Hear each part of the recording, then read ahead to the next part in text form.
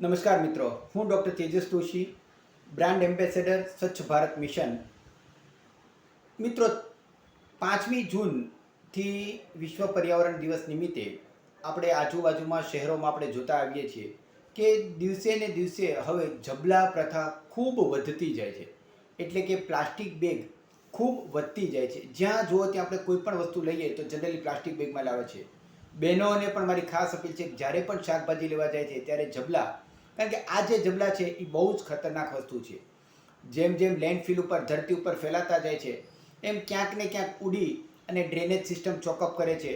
એંઠવાડ અંદર ભરીને બહાર જો નાખવામાં આવે તો પ્રાણીઓ એને ખાય અને અંતે પ્લાસ્ટિક એના પેટમાં જાય છે. આ બધો જ કચરો ઉડી અને આપણી આજુબાજુના શહેરોના તળાવોમાં ક્યાંક ને ક્યાંક ઉડી અને આપણો જે પાણીનો સ્ત્રોત છે એને પણ ખૂબ ખરાબ કરે છે. એટલે મારી દરેક સામાજિક નાગરિકોને, દરેક નાગરિકોને ખાસ અપીલ છે કે શક્ય હોય ત્યાં સુધી આપણે કાપડની થેલી વાપરીએ કે જે વારંવાર વપરાશ આપણે એને કરી શકીએ. ક્યાંય બને તો પ્લાસ્ટિકના ઝબલાનો ઉપયોગ ન કરીએ અને બહાર ન ફેંકીએ. જેટલી કાપડની થેલી વાપરશો એટલું પ્લાસ્ટિક પ્રદૂષણથી આપણે મુક્ત થશું.